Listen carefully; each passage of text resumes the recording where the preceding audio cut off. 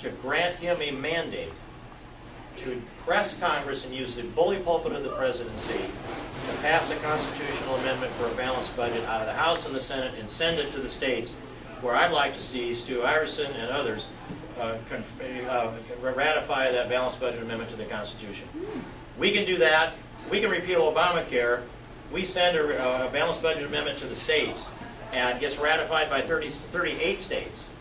That's the lion's share of the work that needs to be done. Some of it's, the big part is undo bad things, and then the other part is we've got to put something in place so no more bad things happen. That's the constitutional amendment to require a balanced budget. Third thing is the energy plan that I've talked about. And the fourth thing is our prosperity, our growth. And so just think of this. Christy Vilsack opposes the balanced budget amendment. She's for Obamacare. I'm for all the energy above and the things that I've talked about. We couldn't be more opposite. This is not a hard decision. It really isn't a hard decision. And you know, you will learn things about me in this upcoming campaign that she's running that I don't yet know. I guarantee that's going to happen. And it's already happening. Every once in a while it pops up in the Google alert and I go, I didn't know that about me. Huh. So that's the kind of campaign they're running. They cannot run it on the issues. They lose on the issues. We believe in the same things. In this room and across this district, these 39 counties, and most of Iowa, maybe not Johnson County, but most of Iowa, we believe in the same things. And so we're going to talk to you about the issues that matter, about repealing Obamacare, a balanced budget amendment, and all the above energy plan, strengthening our families and our faith in our communities and individual responsibility. She's going to talk to you about the things that are thousands of dollars worth of research, come up with tiny little phrase that'll turn into what they're trying to turn into a big viral story. And they want the campaign to be about that. And if you wonder what's out there on the horizon, anybody recognize the phrase macaca? Yes. Yeah. That was why some analysts say why George Allen didn't get returned back to the United States Senate. And I saw the videotape of that. Well, in any case, they took one word and turned it into a whole campaign.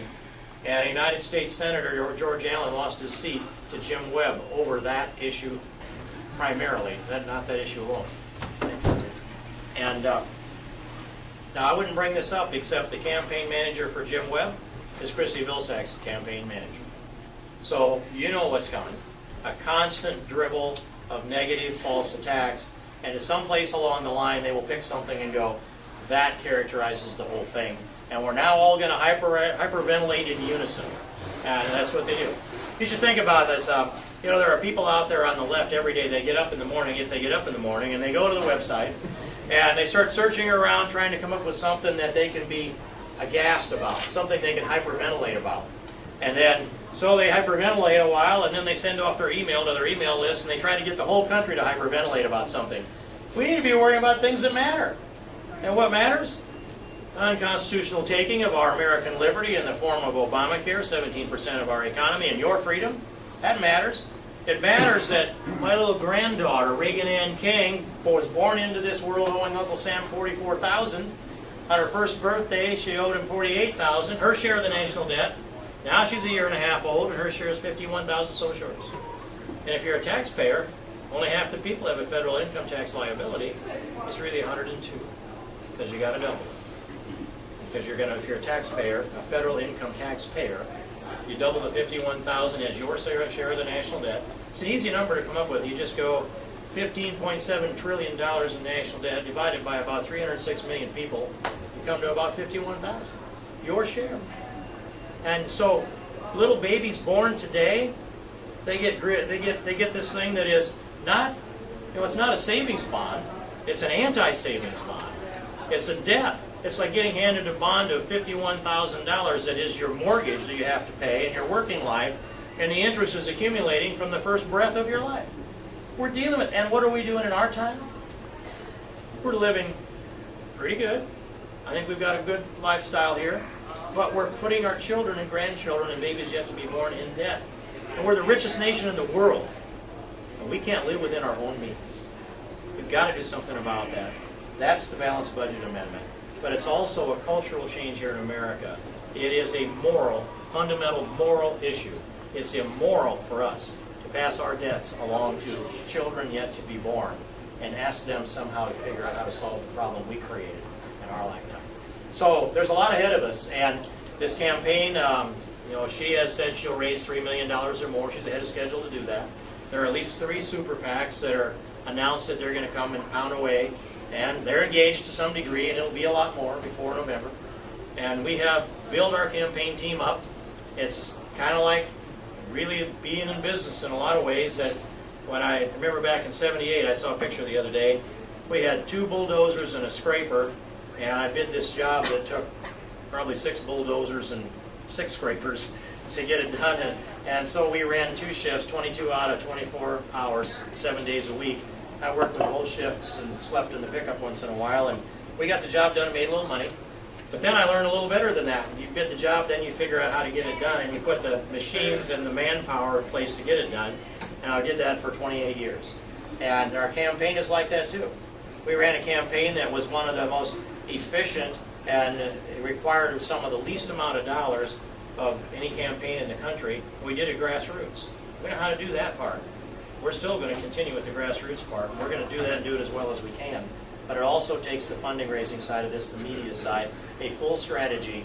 And we have, I think, all of those pieces of this large nationalized campaign put up in place, just like getting plates up on the cue stick and give it a spin, then do another. We've got them all up there and they're all spinning, and we're going to get them all spinning at maximum RPMs come election. That's our job. We're going to ask for your help to do that. I appreciate your help and support, and we're going to turn America in the right direction come November. We know just what to do when we get that all done, don't we, Stu? Sure. Thank you very much. I'll take questions, but thank you.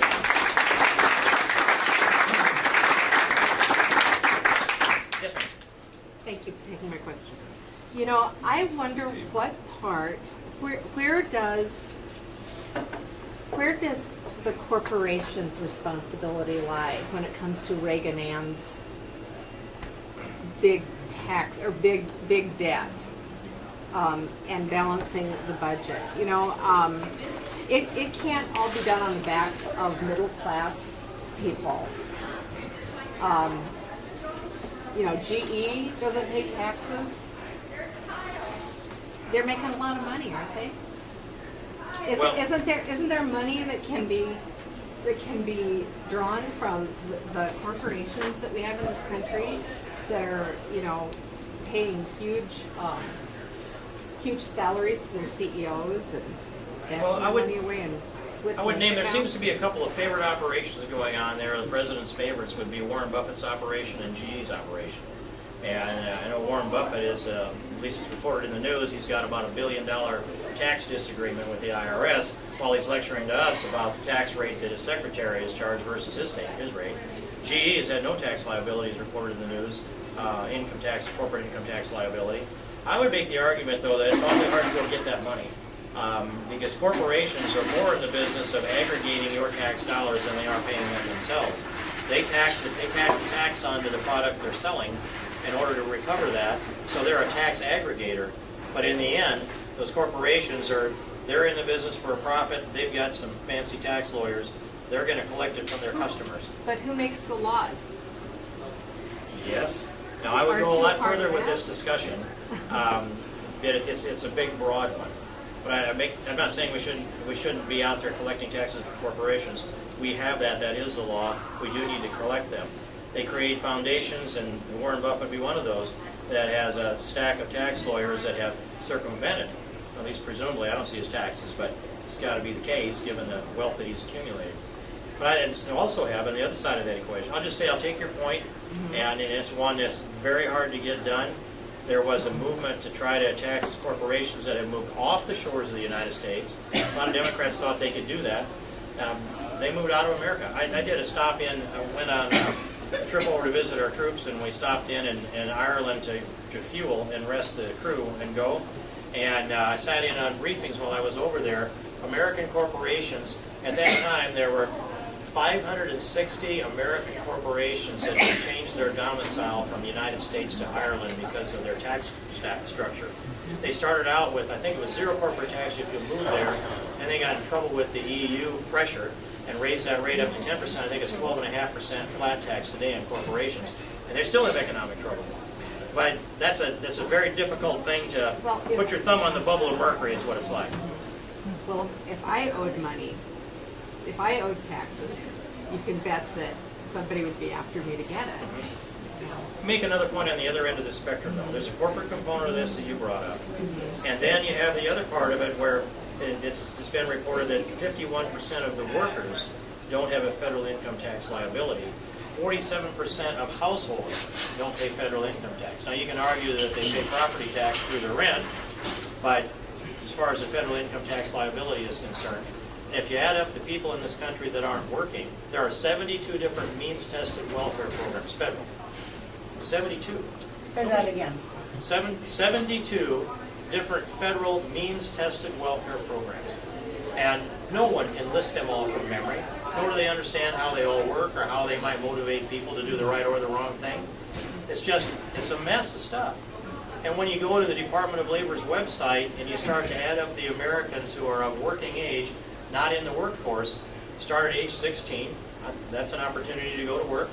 Something, last time I looked, it was 9.3 or 9.7 million of them.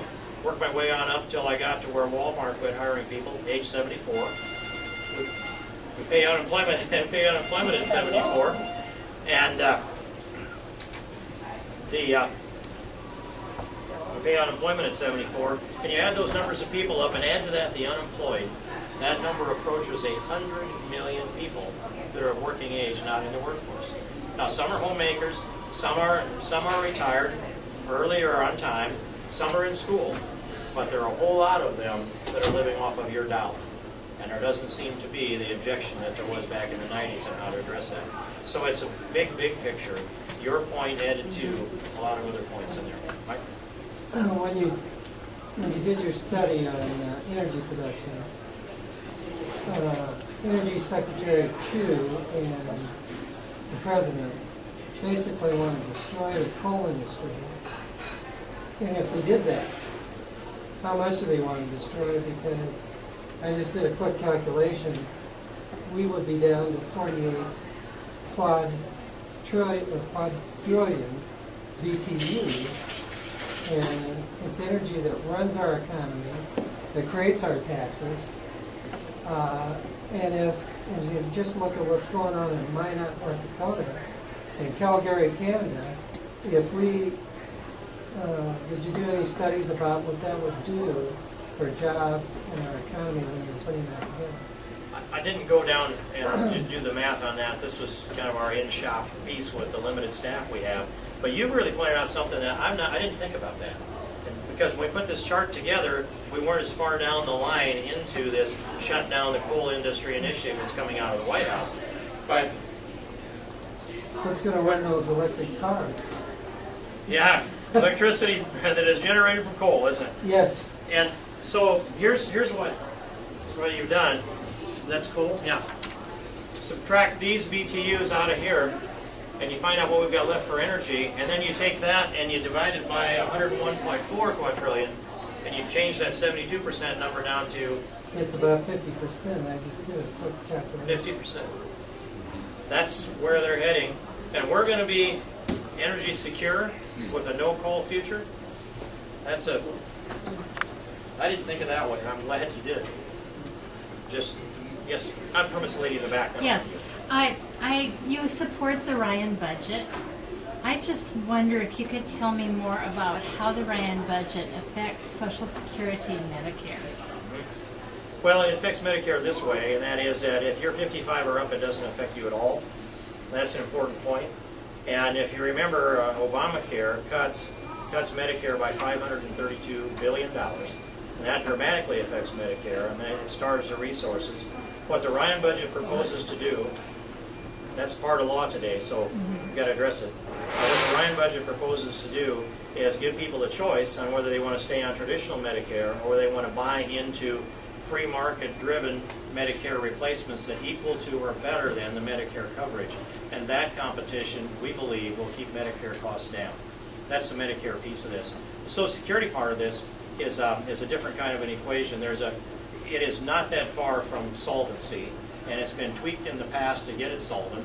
The worst damage that happened to the Social Security Trust Fund was the payroll tax holiday that happened a year ago last lame duck session, and it happened after the election.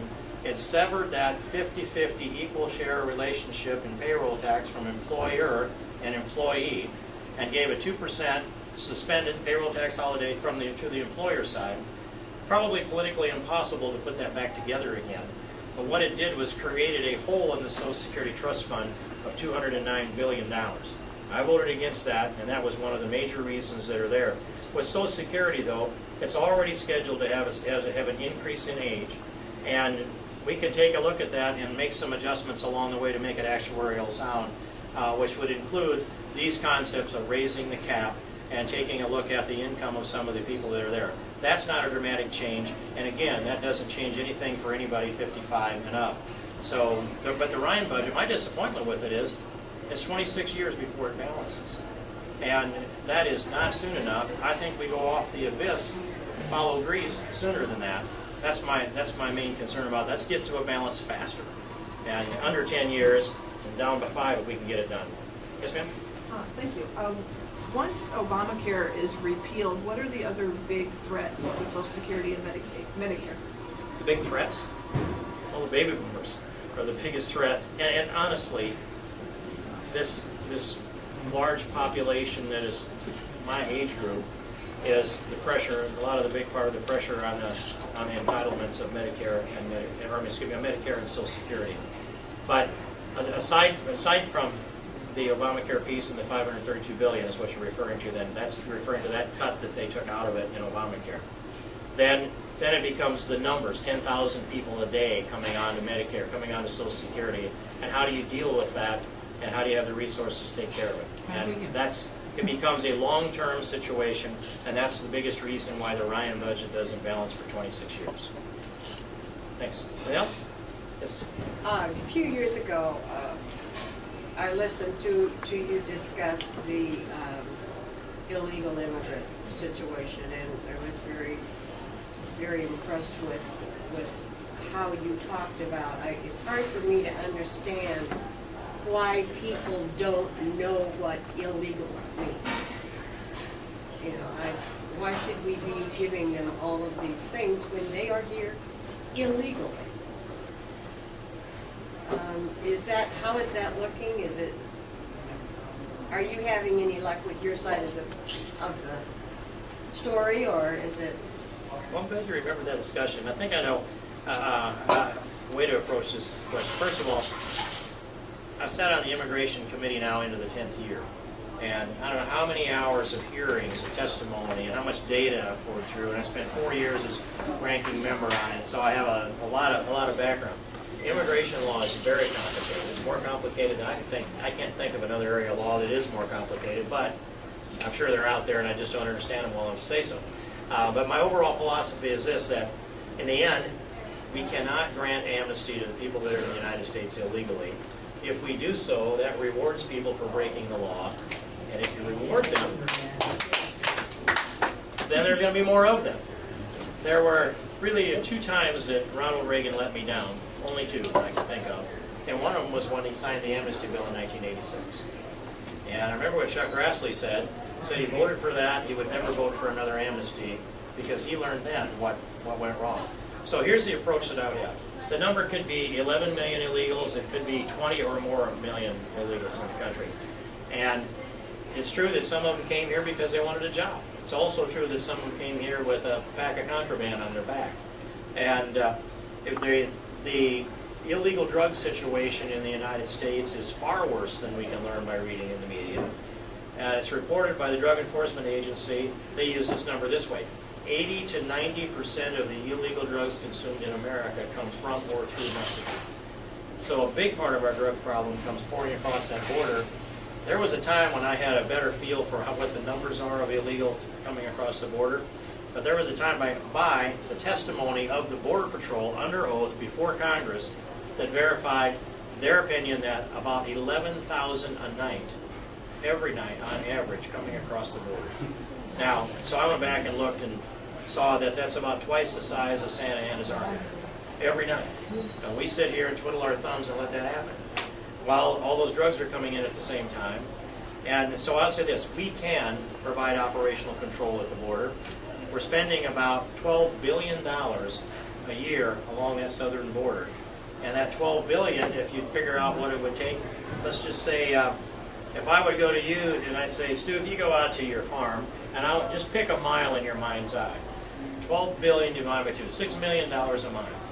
And I would say to you, Stu, I'm going to give you $6 million, and don't let anybody cross that mile for the year. Can you handle that on that money? Yes, I can.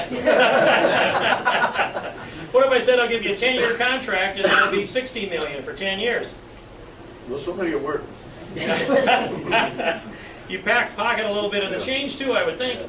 And I would look at this in a little bit different way. I wouldn't think I need to build an empire of all these boots on the ground and all these Humvees that are parked on the X. I'd have some, but it's what I showed. You can build a fence, a wall, and a fence. And you can do that for $1.5 million or so a mile. Then you've got $4.5 million the first year to work with to hire a few people with boots on the ground and some radios or walkie-talkies. We can provide operational control on that border a lot cheaper than we are. That's job one. Stop the bleeding at the border. Second piece is enforce the rule of law. Shut off the jobs magnet that's here. And with all of the people that are working in this country illegally, and the boiled down number that's clearly defensible and not much arguable is about 8 million documentable undocumented working in America. That's a new phrase. I haven't used that before. Documentable undocumented. And so those 8 million, if they all found themselves back in their home country, then that's 8 million jobs for Americans. Or legal immigrants that can legally work in the United States at equal standing. And so and we shut off the jobs magnet. One thing that some want to do is make E-Verify mandatory. And that's the computer-based program where you punch in Social Security number and other identifying data. I'm all right with that if we write the bill right. But what I want to do is pass my New Idea Act. And, I had the audacity to name this bill New Idea. There's no such thing as a new idea, right? It's just recycled old ones too. But this really was, I think, a new idea. I was just thinking, I can't get the Department of Homeland Security to enforce immigration law. I can't get the Social Security Administration to cooperate with the Department of Homeland Security. Who does a really bang-up job of enforcing a law that's got the full respect of everybody in America that has a job and an income? It's the IRS. And so I thought, let's put the IRS into this. So I wrote a bill that clarifies that wages and benefits paid to illegals are not tax deductible. And then it brings the IRS into the system. It gives the employer safe harbor if he uses E-Verify. So the employer can say, I'm doing my job here, you can't come back and ding me for this. But otherwise, the IRS under a normal audit would go in, and they would punch in the Social Security numbers and the identifiers of the employees, and then they would go run that out through E-Verify. If it came back that they couldn't lawfully work in the United States, the IRS then would deny that business expense on your labor under Schedule C, and they would say, sorry, this list of folks here can't legally work, so therefore you can't legally deduct that as a business expense.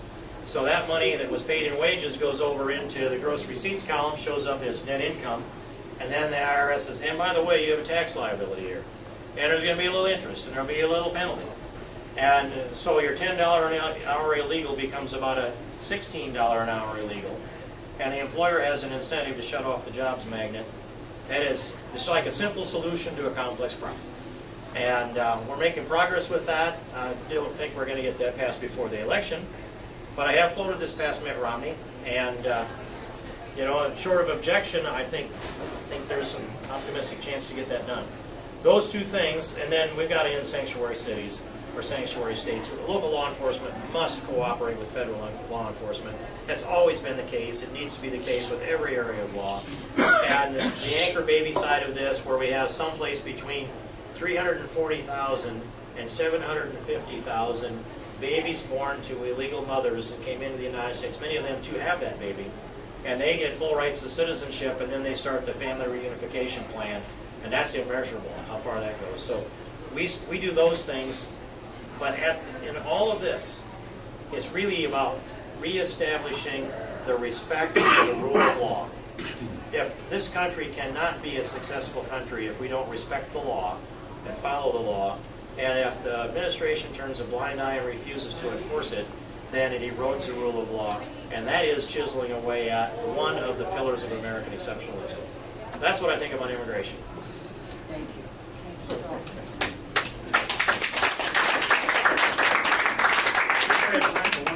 question, Congressman? Should there be one? Yes, sir. Do you think the Attorney General should be removed from office or resign?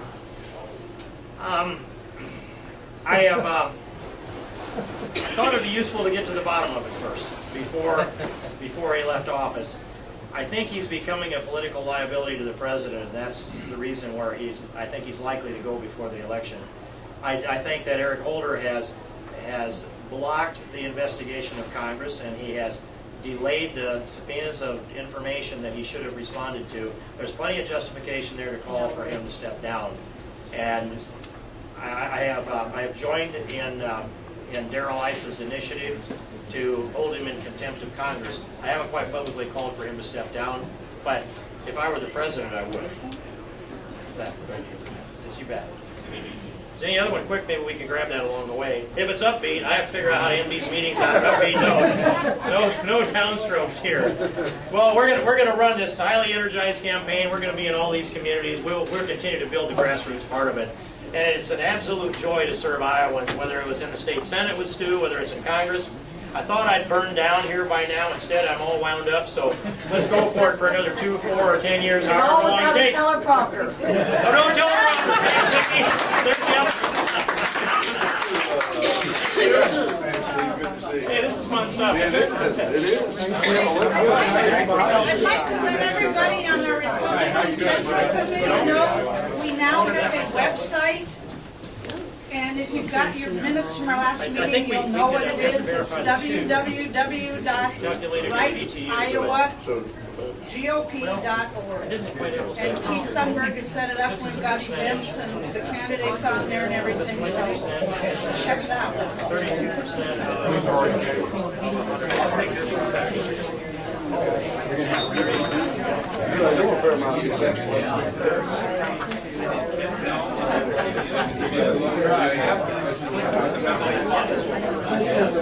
Rule 72, isn't it?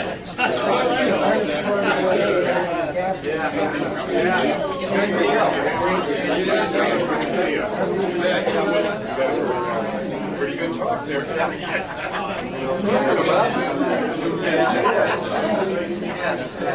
I got your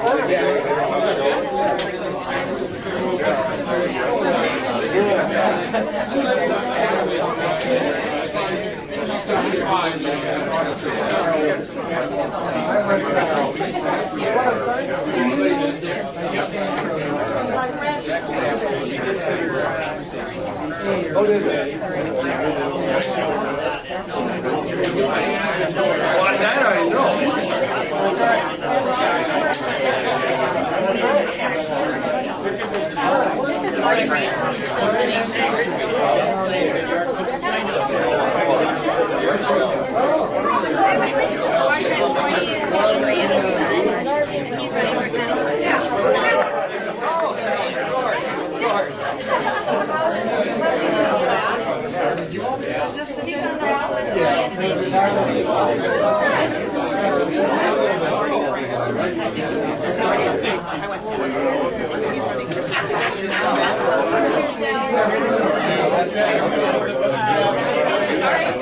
And then the guy